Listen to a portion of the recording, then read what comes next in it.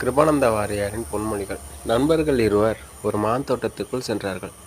ஒருவன் உடனே மாமரங்கள் எத்தனை என்றும், மரத்திற்கு எத்தனை கிளைகள் என்றும், தோட்டத்தின் விலை எவ்வளவு இருக்கும் என்றும் விசாரித்து கொண்டிருந்தான். மற்றொருவன் தோட்டத்தில் நுழைந்தவுடன் அத்தோட்டத்தில் சொந்தக்காரனிடம் சென்று அவனை நட்பு கொண்டு அவனுடைய அனுமதி பெற்று ஒரு மாங்கனிகளை பறித்து தின்று கொண்டு இன்பத்தை அனுபவித்துக் கொண்டிருந்தான். இவ்விருவரில் யார் உயர்ந்தவர் என்பதை கவனியுங்கள். மரத்தையும் இலைகளையும் எண்ணுவதால் என்ன பயன்?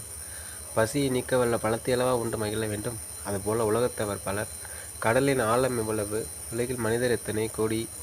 ஆண் எத்தனை? பெண் எத்தனை? எந்த பாஷை உயர்ந்தது? உலகம் தோன்றி எவ்வளவு நாளாயிற்று என ஆராய்ந்து நாளை கழிக்கிறார்கள். ஒரு சிலர் நல்ல குருநாதனை அடுத்து அவர் அருளை பெற்று ஈஸ்வர தியானம் புரிந்து மெய்ஞான இன்பத்தை நுகர்கின்றனர்.